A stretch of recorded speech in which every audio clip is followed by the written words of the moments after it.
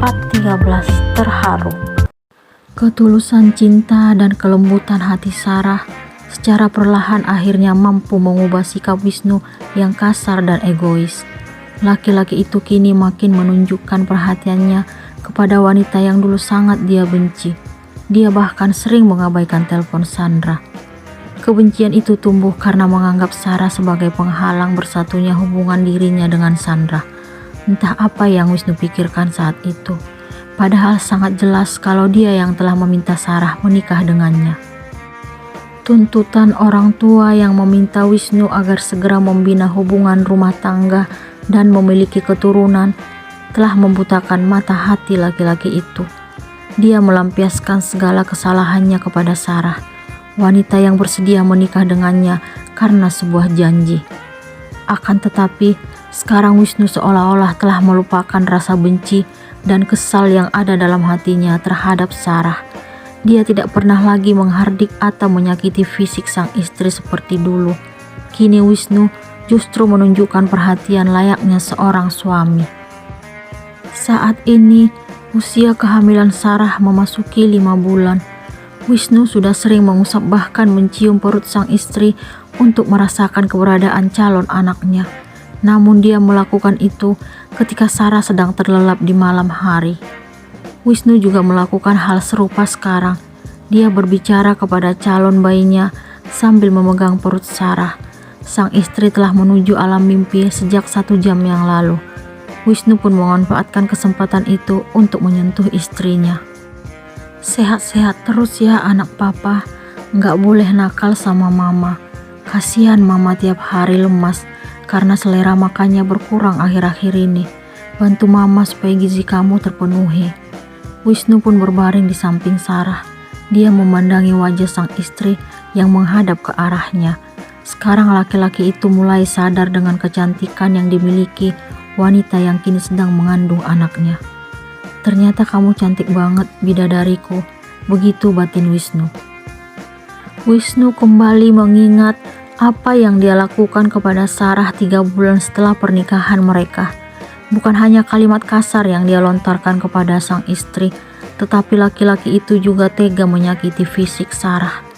Jangan pernah berharap lebih dari saya. Saya sama sekali tidak pernah mengharapkanmu. Saya menikahimu karena sebuah janji yang telah saya ucapkan pada papi dan mami. Wisnu menaikkan suaranya kala itu. Iya mas, saya tahu. Sarah tetap membalasnya dengan lembut. Tujuan saya menikahimu hanya satu, melahirkan anak saya. Papi dan mami mengharapkan penerus untuk keluarga ini. Ngerti? Saya mengerti mas. Jadi kamu gak perlu sok perhatian pada saya karena kamu tidak memiliki tempat di hati saya. Saya hanya mencintai Sandra.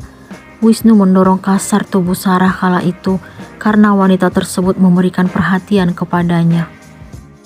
Wisnu tidak mengerti kenapa dirinya saat itu sangat membenci Sarah. Satu hal yang dia ingat, karena permintaan kedua orang tuanya, laki-laki itu terpaksa harus menikahi gadis yang bukan pilihannya.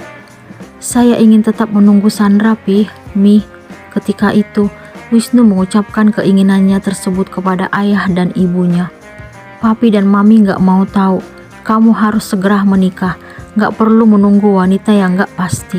Pak Wildan dengan tegas menyampaikan keinginannya di depan Wisnu.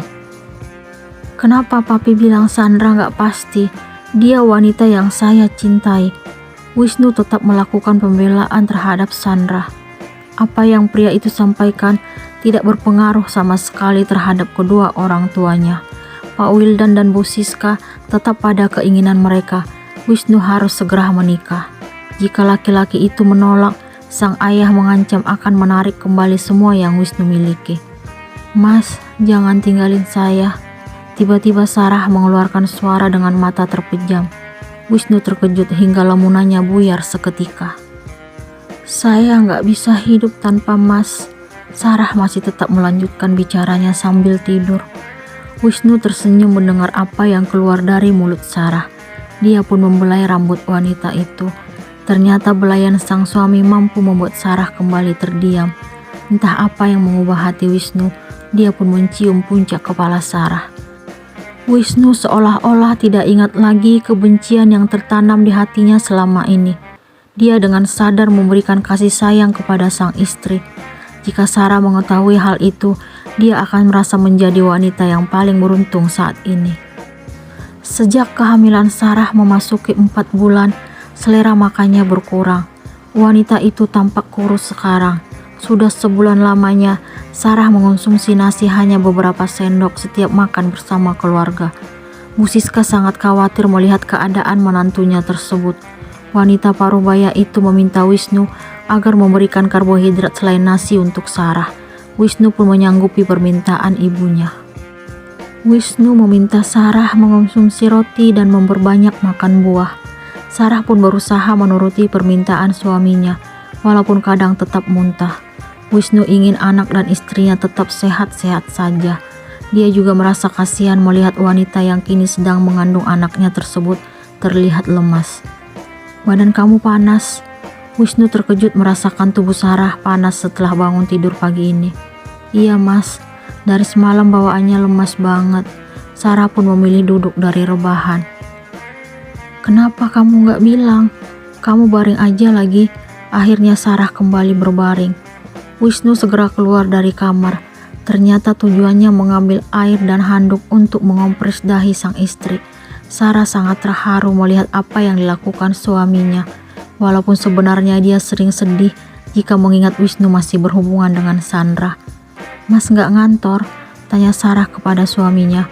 "Ini hari Minggu, kamu lupa?" "Maaf, Mas gak sarapan di luar?" "Biasanya setiap hari Minggu Mas udah keluar jam segini."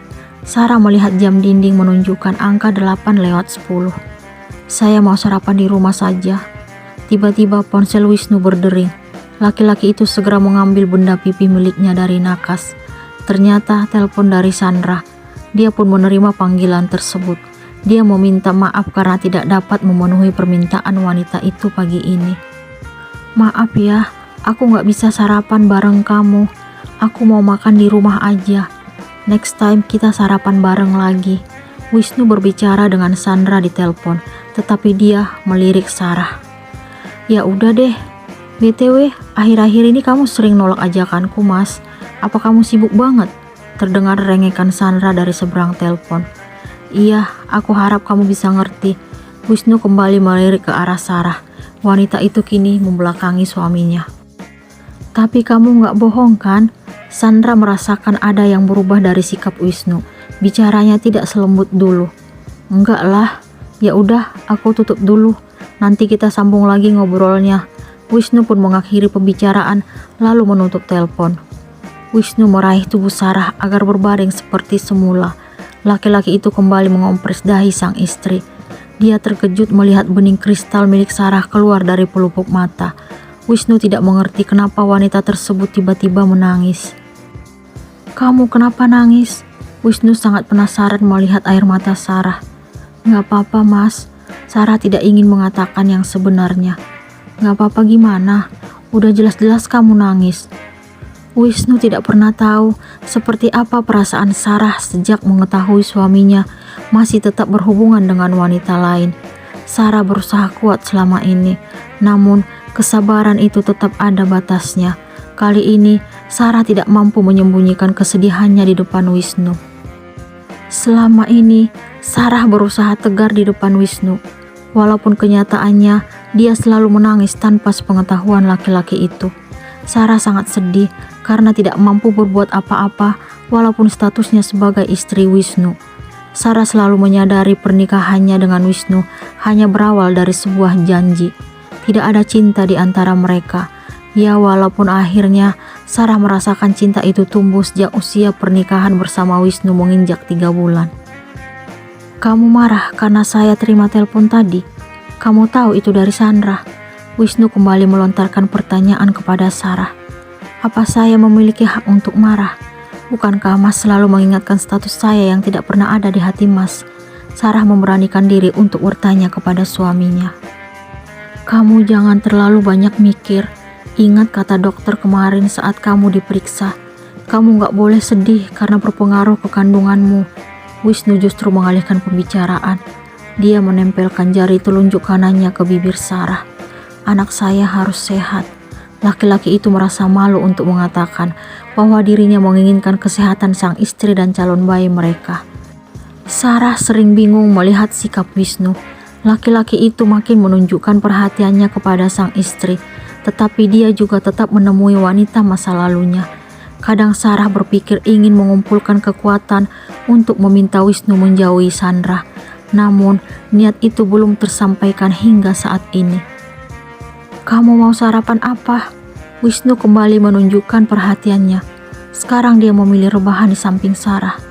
"Belum lapar, Mas." "Kapan kamu lapar? Lihat badan kamu sekarang makin kurus. Dokter udah bilang supaya kamu menaikkan berat badan. Kamu lupa kemarin waktu periksa, tekanan darah kamu rendah." "Saya juga gak ngerti, Mas. Kenapa sebulan ini selera makan saya benar-benar menurun banget. Bawaannya mual aja.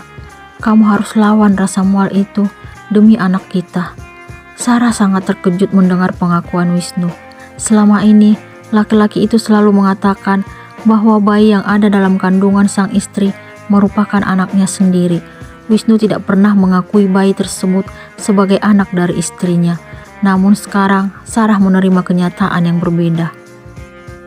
Apakah Wisnu akan mengakui perasaannya terhadap Sarah?